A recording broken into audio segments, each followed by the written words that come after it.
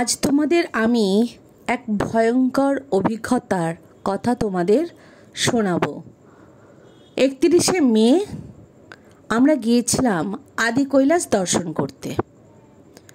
ভালোভাবেই দর্শন হলো, ফিরে এলাম।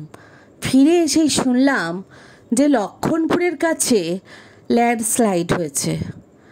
একটা গোটা পাহাড় পুরো ধসে রাস্তাকে নিয়ে কালী নদীর জলে চলে গেছে। এবার কি হবে আমাদের টিকিট কাটা আছে। তখন সবাই খুবই চিন্তিত হয়ে পড়লাম। এই ধরচুলা থেকে আদি কৈলাস আসার, অর্থাৎ ধরচুলা থেকে গুঞ্জি পর্যন্ত আসার এই একটাই রাস্তা, বিকল্প কোনো কিন্তু রাস্তা নেই। তাই আমরা কিভাবে পৌঁছাবো আমরা নিজেরাই বুঝতে পারলাম না। অনেকের কাছে খবর নেওয়ার চেষ্টা করলাম যে ওখানের পরিস্থিতি কীরকম আর ধসই বা কীভাবে কীরকম হয়েছে। রাত্রিবেলা 3-4জন যুবক তারা আদি কৈলাস দর্শনের জন্য এলো ওপারে গাড়ি রেখে। তাদের কাছে জানতে পারলাম যে নদীর গা দিয়ে 3 কিলোমিটার ট্রেক করে আসা যাওয়া হচ্ছে। যদিও তাদের মিলিটারিরা আসতে দেয়নি, তারা লুকিয়ে চলে এসেছে। 2রা মে আমাদেরকে বলে গেল হোমস্টেতে সকাল 5টার মধ্যে আমাদের বেরিয়ে পড়তে হবে, আর 9টার মধ্যে আমাদের ওই লক্ষণপুরে গিয়ে হাজির হতে হবে। মিলিটারিরা আমাদের রেস্কিউ করবে। আমরা মোট দর্শনার্থী আটকে গিয়েছিলাম 120 জন। তার মধ্যে আমরা ছিলাম 17 জন ওয়েস্ট বেঙ্গলে, আর চন্দননগরের দিকে কিছু ছিল। মোট সব মিলিয়ে 120 জন আমরা এই ধসেতে আটকে গিয়েছিলাম। তাই আমাদের ওই দিনই ওনারা রেস্কিউ করে ওখানে নিয়ে আসবে, সেই জন্য আমাদের ওই সময়ের মধ্যেই উপস্থিত হতে হবে। যদি আমরা ওই দিন না আসি তাহলে কিন্তু আমাদের আর ওখানে নিয়ে যাওয়ার কোনো দায়িত্ব কেউ নেবে। আর আমরাও ওখানে থাকতে পারবো না, কারণ টাকার অভাব, প্লাস কবে রাস্তা ঠিক হবে কেউ কিন্তু বলতে পারছে না। কেউ বলছে 15 দিন, কেউ বলছে 1 মাস, কেউ বলছে 7 দিন। এই সাধু বাবা কিন্তু সমস্ত মানুষকে খুবই সাহায্য করেছিলেন। দেখো আমাদের টিম কিভাবে এগিয়ে যাচ্ছে ধসা পাহাড় দিয়ে। এটা কিন্তু কোনো স্টেবল পাহাড় নয়। এই পাহাড়টা পুরো, যে পাহাড়টা ভেঙে পড়েছে সেই পাহাড়েরই অংশ। আমরা গড়িয়ে গড়িয়ে কিন্তু এক প্রকার চলতে শুরু করলাম। তোমরা দেখতে পাচ্ছ কিভাবে যাচ্ছি। যদি একটু পা এধার ওধার হয় তাহলেই কিন্তু আমরা কালী নদীর জলে পড়ে যাব। তখন একমাত্র স্মরণ করে গেছি বাবা মহাদেবকে, যে আমাদের যেন তেন প্রকারেণ আমাদের ওপারে তুলে দাও। দেখো মিলিটারিরা রেস্কিউ করছে। দড়ি ফেলে আমাদের কিন্তু 1/2 কিলোমিটারের মতো গাছবার মতো উঠে আসতে হয়েছে, আর এনারা খুবই আমাদের সাহায্য করেছে। তবে একটা কথা না বললেই নয়, পাহাড়ি মানুষরা যে মনের দিক থেকে কতটা সুন্দর হয়, ভালো হয়, আন্তরিক হয় এবং একে অপরকে কতটা সহযোগিতা করে তার জ্বলন্ত প্রমাণ আমি। আমাকে 2 জন ড্রাইভার প্রথম থেকেই কিন্তু গাইড করছিলেন। যখন দেখছে আমার ব্যাগ এতটাই ভারী, আমি উঠতে পারছি না, তখন কিন্তু একজন ড্রাইভার ভাই আমার ব্যাগ নিয়ে নেয়, আর আরেকজন ড্রাইভার ভাই আমাকে হাত ধরে ধরে নিয়ে যায়। আমি তো প্রথম বুঝতেই পারিনি যে ওরা ড্রাইভার, আমি ভেবেছিলাম মিলিটারির কোনো লোক হবে। দেখো কেউ কেউ এমনভাবে অসুস্থ হয়ে পড়েছিল যে তাদের অক্সিজেন পর্যন্ত দিতে হয়েছে। আমাদের ব্যাগের কাছে আবার অন্য সব ব্যাগ, কিন্তু ডাক্তার, জল, ওষুধ কিছুই ব্যবস্থা ছিল না। পরে ডাক্তার, জল, ওষুধ এসবের কিন্তু ব্যবস্থা হয়। আমরা কিন্তু সবাই একটা আতঙ্কের মধ্যে ছিলাম যে কিভাবে আমরা এপারে এসে আমরা ধরচুলা হয়ে, পিথরাগড় হয়ে আমরা লালকুয়াতে এসে পৌঁছাবো। শুধু মহাদেবকে বলছি, বাবা মহাদেব তুমি আমাদের পৌঁছে দাও। একে একে আমরা কিন্তু সবাই উঠে আসতে লাগলাম।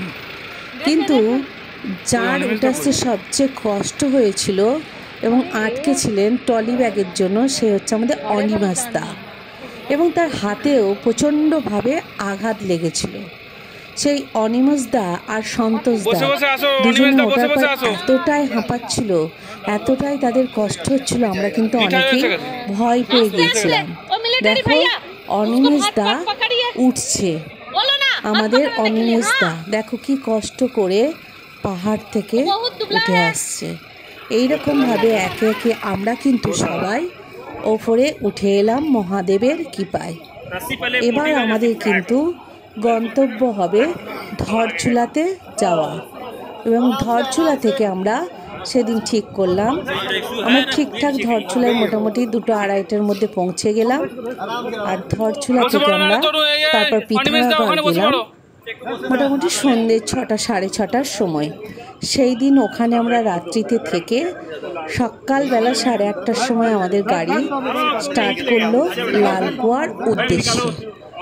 আমরা কিন্তু খুব সুন্দরভাবে মহাদেবের কৃপায় এই ভয়ঙ্কর পরিস্থিতির সম্মুখীন হয়েও তাকে কাটিয়ে আমরা কিন্তু একে একে সবাই সুস্থ স্বাভাবিকভাবেই উঠে এলাম, কিন্তু কারো কোনো ক্ষতি কিন্তু কারো হয়নি। আমরা শুধু বলতে লাগলাম মহাদেবের কৃপায় আমরা প্রাণে বেঁচে এলাম। এটা কিন্তু তাওয়াঘাটের পর লক্ষণপুরে এই ধসটা হয়েছিল, অর্থাৎ বুদি গ্রামের আগে। এই ধস হওয়ার ফলে অনেকেই কিন্তু আদি কৈলাস যাত্রা করতে এসেও আমরা দেখেছি এই লক্ষণপুর পর্যন্ত এসে ভয়ঙ্কর রাস্তা, এতে নামতেই পারবে না, অনেকে কিন্তু ফিরে গেছে। দেখো কিভাবে আমাদের ছোট কাকু বলছে কিভাবে ধস নেমেছে, রাস্তার কোনো ঠিকানা নেই, পুরো পাহাড়টা রাস্তাকে নিয়ে কালী নদীতে চলে গেছে। এবং এই পুলিশ আমাদের মিলিটারিরা বললেন এই রাস্তা কবে হবে আমরাও কিন্তু বলতে রাস্তা বলে কিছু নেই। তাহলে আমরা মানুষরা যত সভ্য হচ্ছি, আমাদের চাহিদা বাড়ছে, পাহাড়কে কেটে কেটে এমনভাবে আঘাত করছি যে পাহাড়ও তার প্রতিশোধ দিতে কিন্তু ছাড়ছে না। দেখো এরা কিভাবে আমাদের দলের সব লোক, আমরা 17 জন মোট ছিলাম, কিভাবে বসে বসে পাহাড়কে দেখো কিভাবে টপকে টপকে নেমে যাচ্ছে। এইরকমভাবে আমরা 5টা পাহাড়কে আপ ডাউন করে করে 1/2 কিলোমিটার দড়ি দিয়ে উঠেছিলাম। এই দেখো কালী নদী, এই তার পাশেই কিন্তু এই ধস, অনেকেই কিন্তু ধস দেখতে পাচ্ছ, রাস্তার কোনো চিহ্ন নেই। কি ভয়ঙ্কর পরিস্থিতি, ভাবলেই এখনও আমার গা শিউরে ওঠে যে আমরা ওই 5টা পাহাড়কে কিভাবে, এই ধসা পাহাড়কে আপ ডাউন করে উঠে এলাম। দেখো আমরা চিন্তান্বিতভাবে বসেছিলাম কিভাবে আমরা পার হব। এরা কিন্তু ধীরে ধীরে দেখো মাথায় অনিমেষ দা টাং নিয়ে পেরোচ্ছে, আমরা 3 বান্ধবী এই চিন্তায় বসে আছি।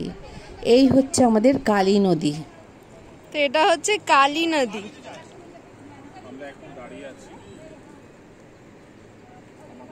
দেখতে পাচ্ছ এটা হচ্ছে কালী নদী, আর এখানেই হয়েছে লক্ষণপুরের ল্যান্ডস্লাইড, অর্থাৎ একটা পাহাড় পুরো রাস্তাকে নিয়ে পড়ে গেছে। আমরা আস্তে আস্তে ধরছলা হয়ে পিতরাগড় থেকে লালকুয়ার দিকে আমরা এগিয়ে গেলাম। দেখো রাস্তাতে সুন্দর ফুল, এবং ওদের মন্ত্রী আসবে বলে এরা কিভাবে সাজসজ্জা করে মন্ত্রীকে স্বাগত জানাচ্ছে। আমরা কিন্তু সেই ভয়ঙ্কর পরিস্থিতি কাটিয়ে স্বাভাবিক পরিস্থিতিতে ফিরে এসেছি, ছন্দে ফিরে এসেছি। আমরা যাচ্ছি লালকুয়াতে, দেখো সবাই সুস্থভাবে ফিরে এসেছে। আমার আদি কৈলাস যাত্রার সমস্ত তথ্য বিস্তারিতভাবেই তোমাদের কাছে তুলে ধরার চেষ্টা করলাম মোট 6টা পর্বে। এরপরে নতুন ভিডিও তোমাদের জন্য আমি নিয়ে আসবো, খুব তাড়াতাড়ি নিয়ে আসবো।